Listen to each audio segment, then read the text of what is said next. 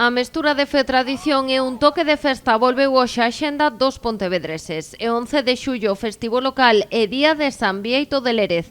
Este ano recuperouse a romaría tras 2 de parón pola pandemia.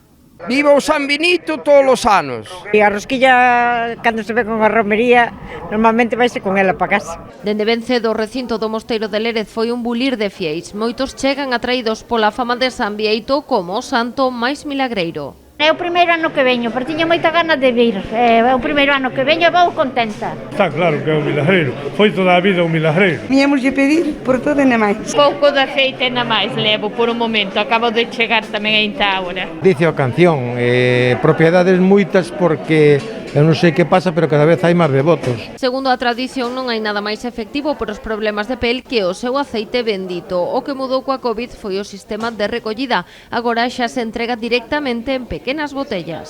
Hai unha lámpara onde se queima que se poñía aí e viña xente con unha botella. Precisamente unha señoriña ahora viña con unha botella e levaba un pouco.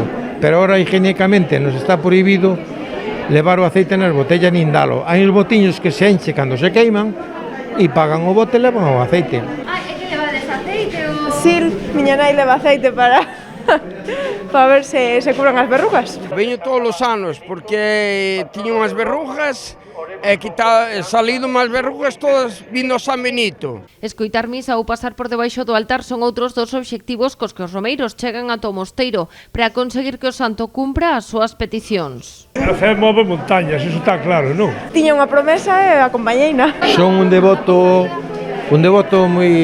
moito do santo e desde 6 anos levo aquí. Si ti le haces una promesa, pues tienes que cumplir, porque ellos son así. E como en toda a romaría que se precena de San Bieito de Lérez, non faltaron tampouco a música e a gastronomía. A cara menos relixiosa da festa seguiu xa na contorna da praia fluvial, co reparto de mexillóns, o xantar popular e varias actuacións musicais durante todo o día.